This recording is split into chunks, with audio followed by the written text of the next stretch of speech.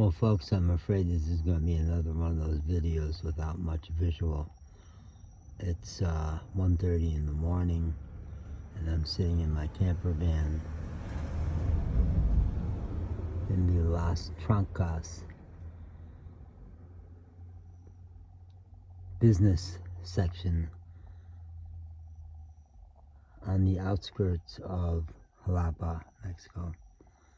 And yesterday, I had a really wild day where David, my amigo who was going to help me get my car fixed, took me on what he said he had been saying was a little short drive to the mechanic. Well, it turned out to be a 20-minute, very hair-raising drive, and on expressways and little lanes, and such a hilly city.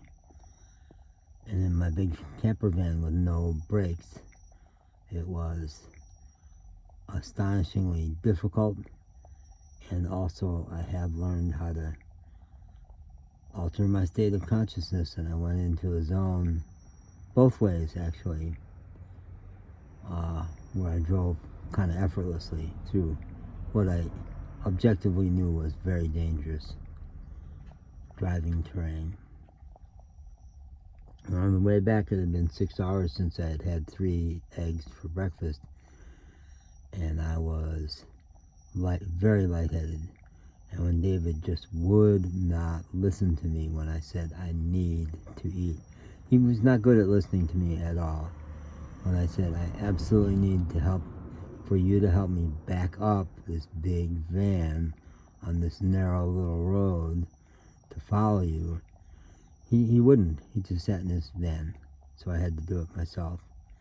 And I also said as strongly as I could say, I gotta eat before I do that drive back. I'm so dizzy from not having eaten. My blood sugar is falling through the floor.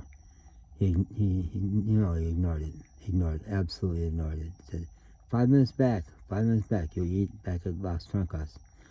So I said, okay, let's do it. And I really went into a wild, altered state of consciousness where I made it a game, and it was fun. Even though I knew it was super, super dangerous, and I won't do it again. And I saw a text message from him last night on WhatsApp saying, tomorrow we'll go back to the mechanic, and I know I won't. Absolutely will not put myself through that again, because I was so exhausted from it that I slept for 3 hours in the afternoon. And then, by having slept for 3 hours in the afternoon, I got to see the Las Trancas business section at night. From 8:30 at night, when the Coppel store was closing, to 1 o'clock. It's amazing to me that I was up that long. I did not ever feel like that long. Although I said yesterday, I did a video titled Breaking Batter Further into the Dark Side, because I had an encounter with a girl that I realized, oh, of course she's a streetwalker. Of course she's a prostitute. And why not? And she does need the money, and maybe we could have a good time. And I realized, oh yeah, I'm more than ready to go there. She's like 20, 22, but she needs the money and I need the intimacy. Fine, it's good. So last night I was calling that breaking batter, but ironically, what my experience last night, and then again this morning, is that I went further into a deeply spiritual place. Deeply spiritual. Experiencing that place, which usually at that time of night I've been exhausted and I'm just barely able to keep functioning. I was clear as a bell last night and stood outside of the Coppel and uploaded a whole bunch of videos, because their Wi-Fi is so potent and so fast. And I did that for probably an hour and loaded a bunch of videos. And then I went over to the Oxo store, which I like so much. And there's a guy over there that I've befriended. He's really down and out guy, really beat up. His face is all beat up. And mostly I've only encountered him in one or another state of being very intoxicated, ranging from pretty drunk to semi-comatose. One time I've been giving him 50 pesos each time, just so that he could feel that he's got an ally, he's got support, somebody who cares about him. And last night he was clear as a bell. He clearly had been drinking, because I saw him deposit a bottle in the garbage can, but he was clear as a bell. And we had a little conversation out front, and then he followed me in, and he wanted to talk. He wanted to tell me his story. And I've realized over the course of the last 3 years that homeless people, yeah, they may want a handout, but what they especially want is to be acknowledged, to be met. Don't just give them money. Make eye contact. Talk. Show that you regard them as a human being. And last night, with him in such a clear state, when he came into the Oxo store, we stood there for what felt like an eternity, not because it was bad, but because it felt super sacred. And the night staff don't seem to regard him as well as the day staff. The day staff are fond of him, and the night staff not so much. But it's obvious that in that neighborhood, he's held as a valuable member of the community. Person after person stops and will sit with him and visit and talk to him, or just acknowledge him in a real way. And he told me a story that three-quarters of which I did not understand the Spanish, and I just pretended I did and just kept absolutely focusing all my attention on him. And he told me a story that I think is probably true, of him having been a Navy SEAL in the U.S.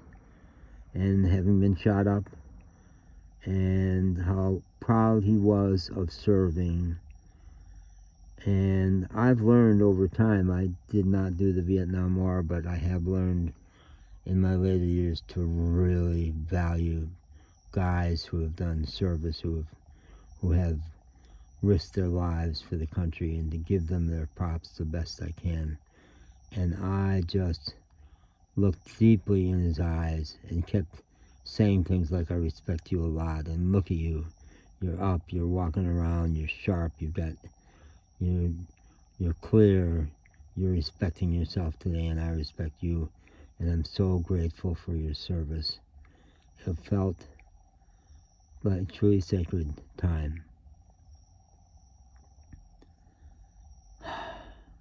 Then I finally did get super exhausted again, and I thought I had gone down to the Oxo station to work with my videos, but I did minimal of that.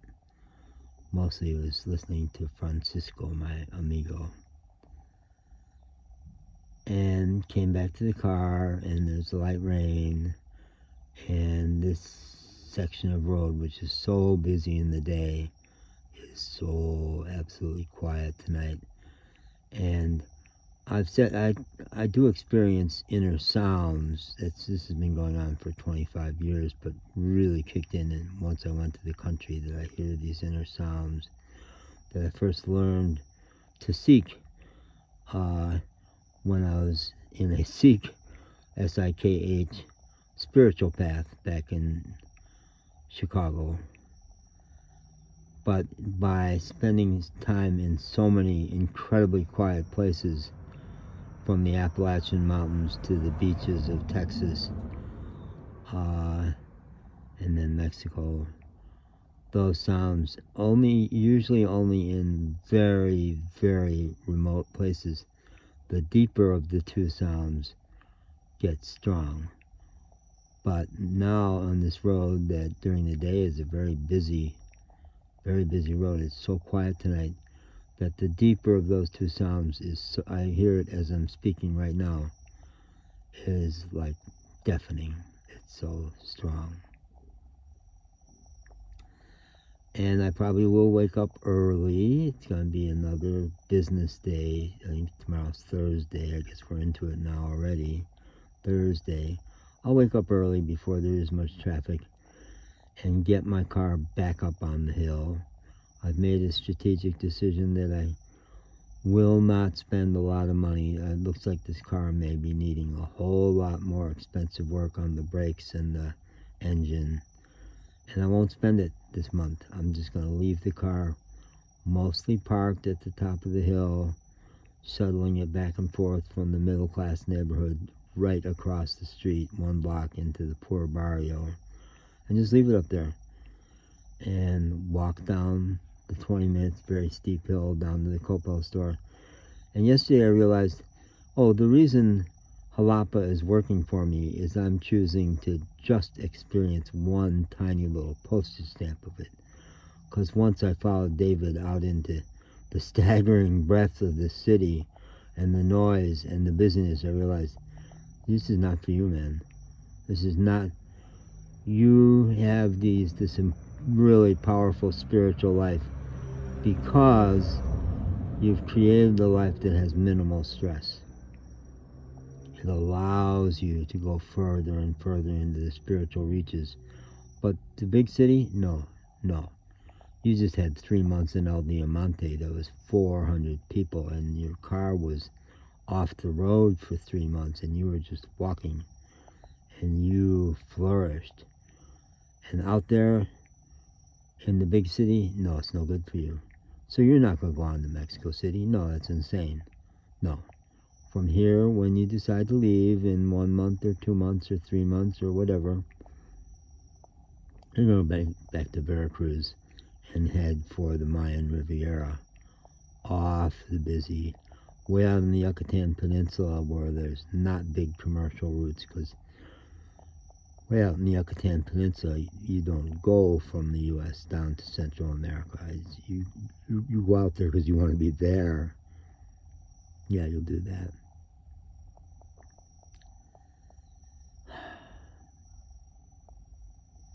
And I hear the crickets. The roar, in the daytime there's the roar of the bus. On this very road there's the roar of the buses and all the big trucks and all the taxis. Tonight it's the crickets. And my inner sound, this low roar that I hear even as I'm talking now. So I'm going deeper. Yesterday I said I'm going deeper into the dark side. No, I'm going deeper into the spiritual realm that I've been going into for 3 years on the road. Yeah.